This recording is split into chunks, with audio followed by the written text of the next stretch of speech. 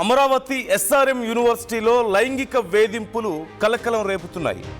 Economics assistant professor Ubaid Mushtaq తనని వేధిస్తున్నాడంటూ Pedakakani police స్టేషన్లో సైకాలజీ అసిస్టెంట్ ప్రొఫెసర్ ఫిర్యాదు చేశారు.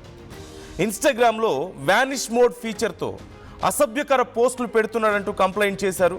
ఉబైద్పై ఫిర్యాదు చేసినప్పటికీ యూనివర్సిటీ యాజమాన్యం పట్టించుకోలేదంటూ ఆవేదన వ్యక్తం చేశారు. తనను మానసికంగా వేధిస్తున్నాడంటూ బాధితురాలు ఆవేదన వ్యక్తం చేస్తున్నారు. ఇప్పుడు పోలీసులు కేసు నమోదు చేసుకొని దర్యాప్తు ప్రారంభించారు.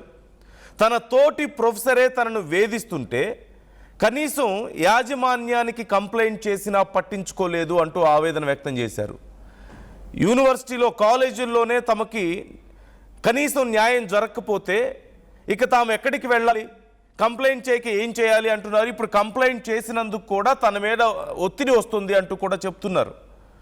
అలాగే చాలా రోజుల నుంచి కొనసాగుతున్న ఈ వేధింపులని ఎన్నోసార్లు కంప్లైంట్ చేశానని యాజమాన్యం కనీసం పట్టించుకోలేదని ఆవేదన వ్యక్తం చేస్తూ ఇన్స్టాగ్రామ్లో వ్యానిష్ మోడ్లో తనకి అసభ్యకరమైన మెసేజ్లు, ఫోటోలు పంపించడం, తన డ్రెస్సింగ్ గురించి, తన లోదుస్తుల గురించి అసభ్యంగా మాట్లాడడం ఇలాంటివి చేస్తూ ఉన్నాడని, ముందు ఇది పద్ధతి కాదని వారించారని, తనకి ఇంట్రెస్ట్ లేదు ఇలాంటివి, ఇది పద్ధతి కాదు అని ఆ ప్రొఫెసర్కి చెప్పారట.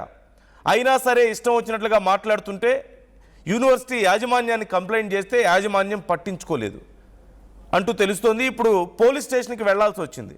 అంటే ఒక ప్రఖ్యాత యూనివర్సిటీలో అక్కడ ఉన్నటువంటి ఒక ప్రొఫెసర్కి ఇలాంటి వేధింపులు ఉంటే ఆ యూనివర్సిటీ యాజమాన్యం పట్టించుకోలేదు అంటే, ఎస్ఆర్ఎం యూనివర్సిటీ యాజమాన్యం పట్టించుకోలేదు అంటే ఎలా అర్థం చేసుకోవాలి మనం?